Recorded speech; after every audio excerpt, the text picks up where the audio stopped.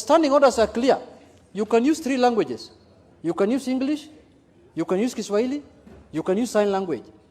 Honorable Sudi can use sign language. If the other 2 have got limitations on those other 2, Mr. Speaker, either English or Kiswahili. Or I can amend the standing order on his behalf so that we can get interpretation for mother tongues. Here, Mr. Speaker, he can come here. If the standing order will allow us to speak in his Kalenjin language, then another member who's learned like Professor Tuitok can interpret for him that the member is saying this and he's saying or Kamket is here, Mr. Speaker. Or Sosion, who's nominated, who has no much work to do. Mr. Speaker, Mr. Speaker, the matter, it's really, I really felt very bad, Mr. Speaker, as a member of this House. I felt that the meaning of this House should be done by other people, but not a member of this House who enjoys privileges, Mr. Speaker, as a member of the House. Mr. Speaker, if we demean our House, it is our own problem, Mr. Speaker. So, Mr. Speaker, I want you to look into that matter, and if possible, the standing order has allowed me to name him. But, Mr. Speaker, as the chairman of the Powers and Privileges Committee, Mr. Speaker, I beseech you to summon that member, Mr. Speaker, and take disciplinary action against him the way Okikama used to do when he was the chairman of the disciplinary committee in Kanu, Mr. Speaker. I know, Mr. Speaker, the Nyanza people speak very good English, and the Queen's language for that matter. And, Mr. Speaker, that is the only thing that they inherited from the European when they were living the colonial times. They never got land, they were left with English, Mr. Speaker. And up to now, they are the custodians of that language. But, Mr. Speaker, it is very, very unfortunate that a member can speak in that manner and impute improper motive to this House, Mr. Speaker.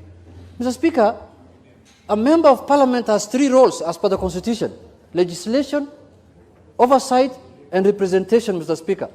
You can represent your people in FINROLs, and you can oversight even in your House, and you can do other oversights, as Honorable Mili has alluded to one time.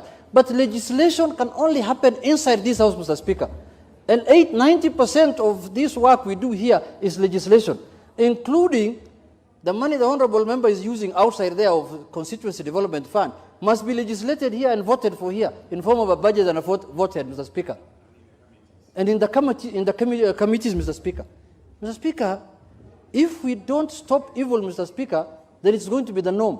Everybody will think you can attack Parliament at any time as you wish.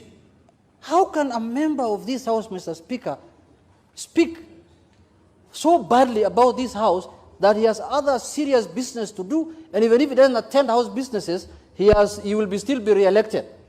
Who are these people who don't judge their member whether he attends Parliament or not, Mr. Speaker? This must be a constituency in Uganda or Tanzania or somewhere else, not in Kenya, Mr. Speaker.